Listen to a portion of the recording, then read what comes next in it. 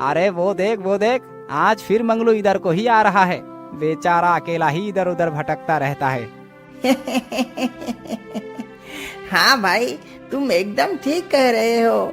बेचारे की पत्नी तो अपने मायके में मजे कर रही होगी और यह अकेला इधर उधर भटक रहा है। उन दोनों व्यक्तियों की बात को मंगलू सुनता हुआ वहाँ से चला जाता है। आखिर ये दोनों मेरे बारे में ये कैसी बात कर रहे थे कि मेरी पत्नी अपनी मायके में मजे कर रही है, लेकिन अभी तो मेरा विवाह भी नहीं हुआ, तो मेरी पत्नी कहाँ से आ गई? ये सारी बातें सोचते सोचते मंगलू अपने घर में पहुंच जाता है। घर पहुंचकर मंगलू अभी भी वही सारी बातें सोच रहा था।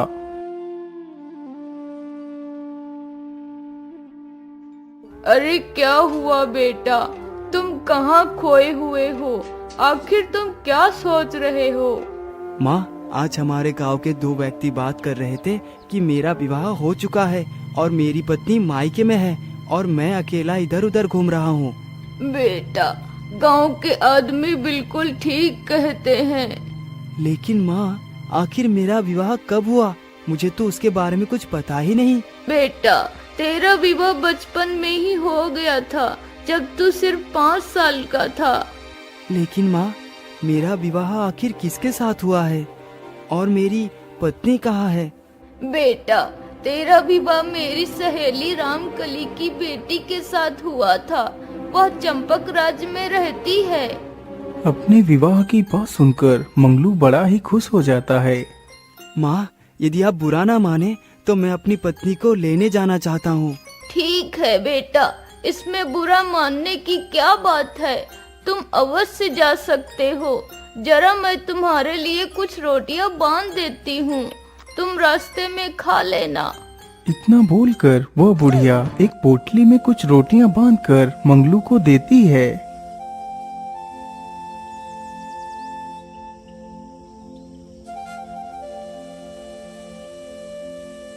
अच्छा माँ, अब मैं चलता हूँ।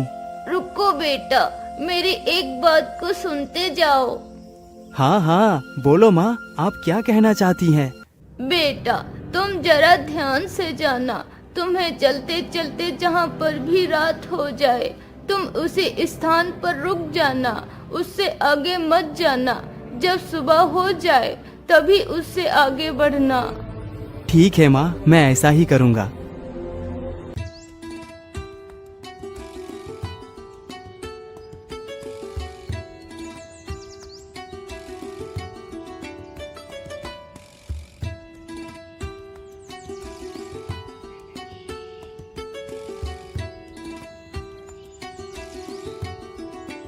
मंगलू को चलते चलते सुबह से दोपहर हो जाती है।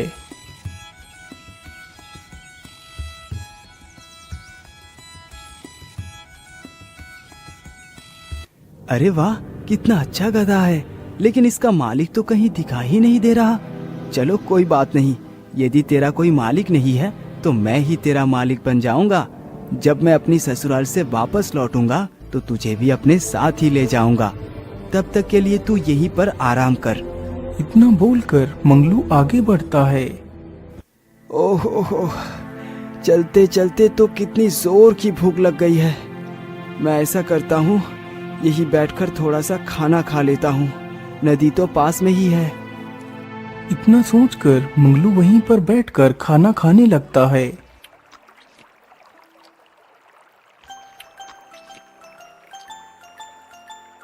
आहा, मैंने खाना तो खा लिया।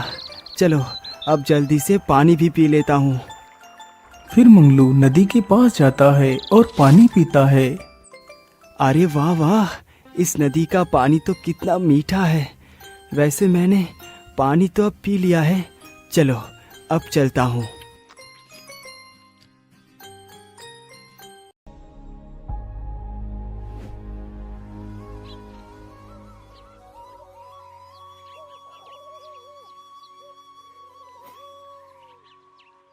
अरे भाई, ये कौन सा गांव है? भैया, यह चंपक राज्य है। हाँ हाँ, माँ ने यही गांव बताया था। इसका मतलब यही मेरी ससुराल है। अरे भाई, इस गांव में रामकली का घर कहाँ पर है? अरे भाई, रामकली का घर गांव के आखिर में पड़ेगा। तुम यहाँ से सीधे चले जाओ, रामकली के घर ही पहुँच जाओगे।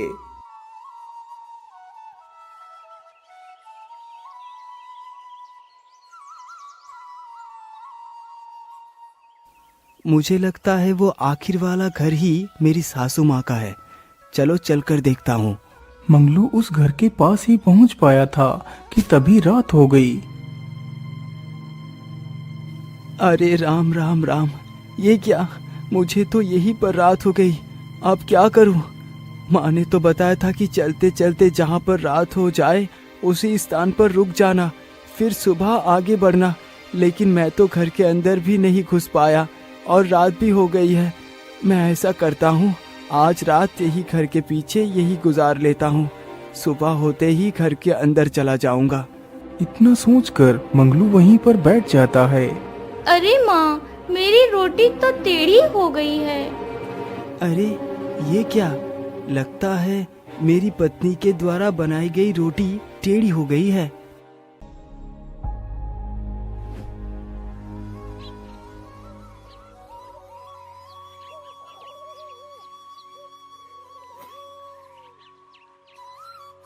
सुबह होते ही मंगलू उठता है और घर के अंदर चला जाता है।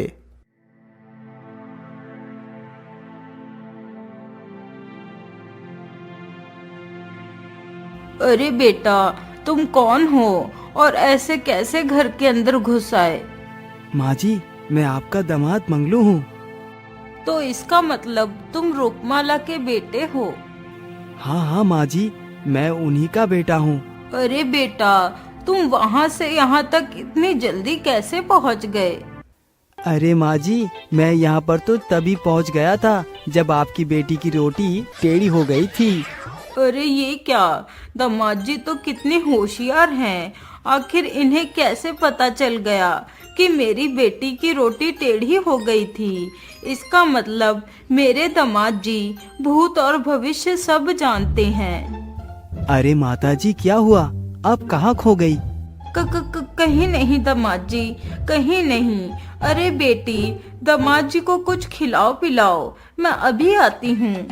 इतना बोलकर वह बूढ़ी महिला वहां से गांव की तरफ चल देती है। वह बूढ़ी महिला बड़ी ही खुश थी क्योंकि उसे लग रहा था कि उसका दामाद बड़ा ही ज्ञानी है, वह सब कुछ जानता है।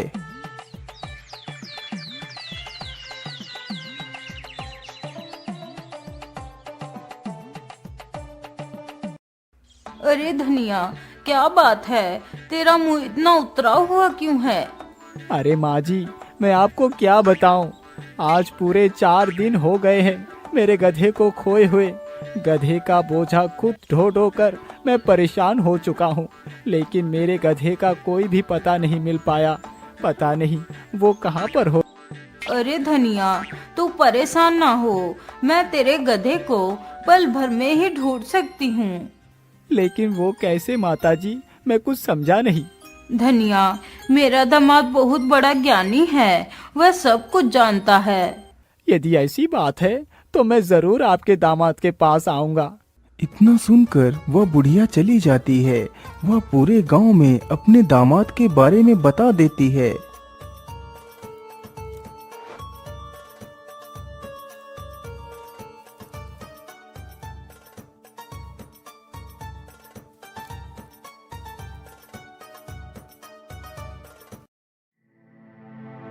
दामाद जी, मेरी मदद कीजिए। मैंने आपके बारे में बहुत कुछ सुना है कि आप बहुत ज्ञानी पुरुष हैं। हाँ हाँ भाई, मैं ज्ञानी तो हूँ ही, लेकिन तुम्हारी क्या समस्या है? दामाद जी, मेरा गधा 4 दिनों से लापता है। मैंने हर जगह ढूंढ लिया लेकिन कहीं भी नहीं मिला। क्या तुम मेरे गधे के बारे में कुछ बता सकते हो कि इस वक्त मेरा गधा कहाँ पर है? धनिया के मुख से गधे की बात सुनकर मंगलू का ध्यान उसी गधे पर जाता है जो गधा उसे जंगल में घास खाते हुए मिला था। मंगलू समझ गया कि वह गधा ही धनिया का गधा है। अरे दामाद जी, आपको क्या हुआ? आप किस चिंता में डूब गए? कहीं नहीं भाई, मैं आपके गधे के बारे में ही ध्यान लगा रहा था कि आपका गधा आखिर कहाँ पर है। मंगलू झूठ मूठ अपनी आंखें बंद करता है और मन ही मन कुछ बड़बड़ाता है। अरे धनिया भाई, आपका गधा इस गांव के उत्तर दिशा में जो एक जंगल है, उसी जंगल में वो इस वक्त एक पेड़ के नीचे घास खा रहा है। मंगलू के मुख से यह बात सुनकर वह व्यक्ति बड़ा ही प्रसन्न होता है। वह तुरंत ही वहां से उत्तर दिशा की ओर जंगल में जाता है।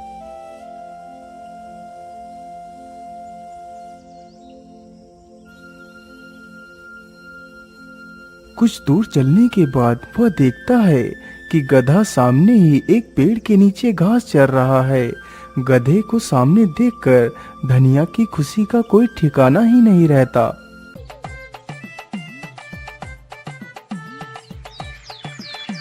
दामाद जी, आपकी जय हो। आपने तो असंभव को संभव कर दिया है। वास्तव में ही आप बहुत ज्ञानी हैं। इसी प्रकार यह बात पूरे गांव में फैल जाती है कि रामकली का दामाद बहुत ही ज्ञानी है। वह सब कुछ जानता है।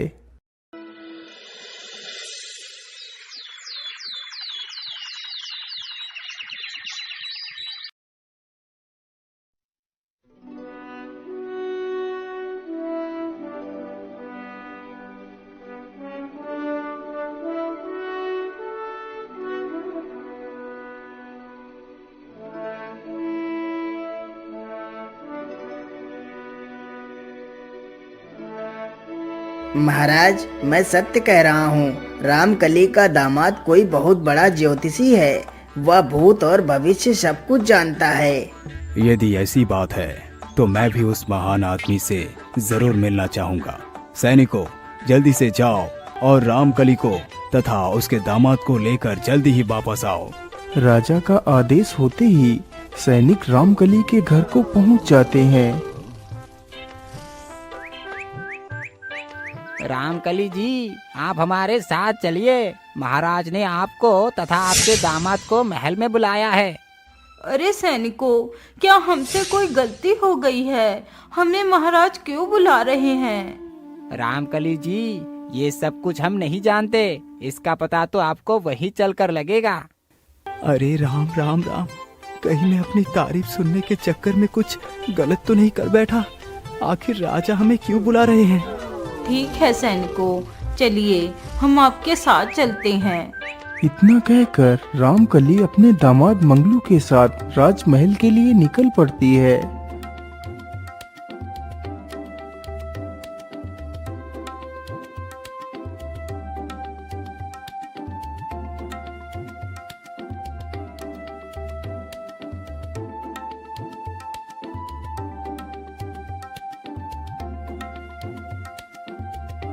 महाराज, आपने हमें याद किया। क्या हमसे कोई भूल हो गई है महाराज? नहीं रामकली, तुमसे ना ही कोई गलती हुई है और ना ही कोई भूल। हम तो सिर्फ इतना जानना चाहते हैं, क्या आपका दामाद भूत और भविष्य सब कुछ जानता है? जी महाराज, इसमें कोई संकोच नहीं। मेरा दामाद सब कुछ जानता है। क्यों मंगलो, क्या ये बात सत्य है कि तुम भूत और भविष्य सब कुछ जानते हो? हे भगवान, ये मैं कहाँ आकर फंस गया। यदि मैंने नहीं में जवाब दिया तो राजा मुझे अभी दंड देगा, और यदि हाँ बोलूँगा तो हो सकता है मुझे अपने आप को बचाने का कोई उपाय ही मिल जाए। क्या हुआ मंगलू, तुम किस सोच में डूब गए? कहीं नहीं महाराज, कहीं नहीं। आपने मेरे बारे में जो कुछ भी सुना है वो सब कुछ सत्य है। यदि ऐसी बात है मंगलू, तो फिर मुझे तुम मेरी रानी के खोए हुए हार के बारे में बताओ कि उसे किसने चुराया है। यदि तुमने उसका सही जवाब बता पाया तो मैं तुम्हें मुंह मांगा इनाम दूंगा, और यदि तुमने नहीं बता पाया तो मैं तुम्हारा सिर कटवा दूंगा। राजा के मुख से यह बात सुनकर तो मंगलू के पसीने ही छूट जाते हैं। क्या हुआ मंगलू, तुम किस सोच में डूब गए? महाराज क्षमा कीजिए, लेकिन हार का पता लगाने के लिए आपको मुझे 1 दिन की मोहलत देनी होगी। मैं कल आपको हार के बारे में बताऊंगा। ठीक है मंगलू, मैंने तुम्हें कल तक का समय दे दिया। हे भगवान, ये मैं कहाँ आकर फंस गया। अच्छा खासा तो अपने माँ के साथ में रह रहा था, यहाँ आकर तो मैंने अपने ही मौत को दावत दे दी। क्या हुआ दामाद जी, आप इतनी चिंता में क्यों हैं? अरे कुछ नहीं माता जी, बस मैं उस रानी के हार के बारे में सोच रहा हूँ। आप जाकर सो जाइए, आज तो मैं बाहर ही सोऊंगा। लेकिन दामाद जी, आज आपने खाना तो खाया ही नहीं है। माँ जी, आज मेरा पेट पहले से ही भरा हुआ है, इसीलिए आज मैं कुछ भी नहीं खाऊंगा। यह बात सुनकर उसकी सांस अंदर चली जाती है। वैसे भी इस बुढ़िया ने मेरी जान को जोखिम में डाल ही दिया है, आज भी चैन से जीने नहीं दे रही। कल तो राजा मेरा सिर काट ही लेगा। चलो कम से कम आज की रात तो सो लेता हूँ, पता नहीं कल की शाम मिले या ना मिले। इतना सोचकर मंगलू उसी चारपाई पर लेट जाता है, लेकिन चिंता के कारण उसे नींद नहीं आ रही थी। अरे आजा रे निंदिया, कल तो सिर काटा ही जाएगा। अरे आजा रे निंदिया, कल तो सिर काटा ही जाएगा। मंगलू इसी बात को बार बार दोहरा रहा था ताकि उसे नींद आ जाए। तभी यह आवाज पड़ोस में रहने वाली एक 30 वर्षीय महिला के कान में पड़ी, जिसका नाम निदिया था। वह भी राजा के यहाँ रानी की दासी बनकर काम करती थी। अरे ये मौसी का दामाद तो मेरा ही नाम ले रहा है। क्या इसे पता चल गया कि रानी का हार मैंने ही चुराया है? हे भगवान, अब मेरा क्या होगा? यदि कल सुबह ये बात राजा को पता चलेगी तो राजा मुझे फांसी पर ही चढ़ा देंगे। अब क्या करूं मैं?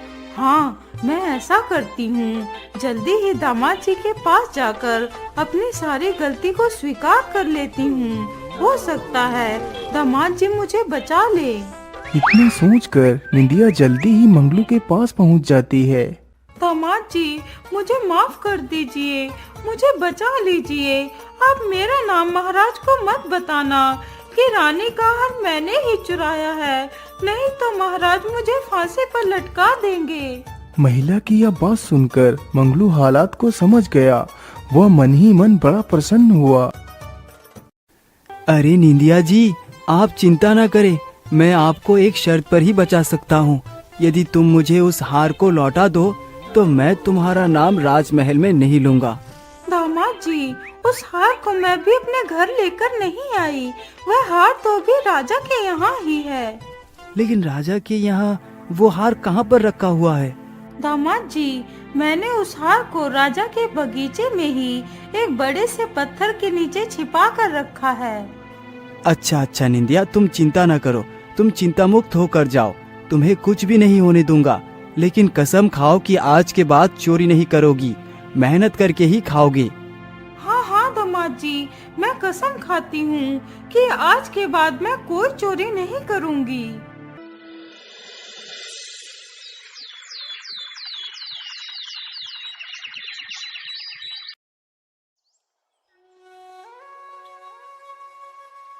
चलिए मंगलू, हमारे साथ राजमहल को चलिए, महाराज ने आपको बुलाया है। हाँ हाँ, चलो सैनिकों, मैं आपके साथ चलने के लिए तैयार हूँ।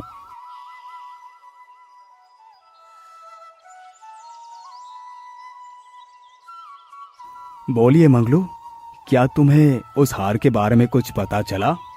जी महाराज, मैंने आपकी हार की खोज कर ली है। तो फिर जल्दी से बताइए मंगलू, वो हार कहाँ पर है? महाराज, वो हार आपके ही बगीचे में एक बड़े से पत्थर के नीचे पड़ा हुआ है। सैनिकों, जल्दी से बगीचे में चलकर देखो। आज्ञा मिलते ही सैनिक बगीचे में जाकर देखते हैं तो हार पत्थर के नीचे ही पड़ा हुआ होता है। यह देखकर तो राजा हैरान ही रह जाता है। वाह मंगलू वाह, तुम तो वाकई कितने ज्ञानी हो। बोलो, तुम्हें क्या इनाम चाहिए? महाराज, मुझे कुछ भी नहीं चाहिए, आप अपनी मर्जी से मुझे जो कुछ भी दे देंगे मैं उसे ही स्वीकार कर लूंगा। मंत्री जी, मंगलू को 1000 सोने की मोहरें उपहार में दे दी जाए। राजा का आदेश होते ही मंगलू को एक पोटली भरकर सोने की मोहरें दे दी जाती हैं। महाराज, अब मैं यहाँ से जाना चाहता हूँ, आप मुझे जाने की अनुमति दे।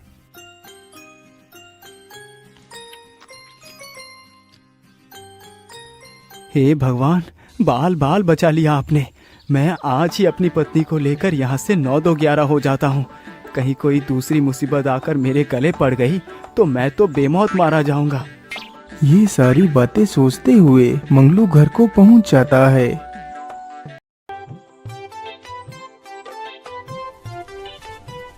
माँ जी, आप मेरी पत्नी को आज ही विदा कर दीजिए। मैं आज ही अपने घर वापस लौटना चाहता हूँ, क्योंकि आज का दिन ही विदाई के लिए सबसे ज्यादा शुभ है। यदि ऐसी बात है बेटा, तो तुम आज ही चले जाओ। इस प्रकार मंगलू अपनी पत्नी को लेकर चला जाता है और खुशी खुशी अपना जीवन यापन करता है।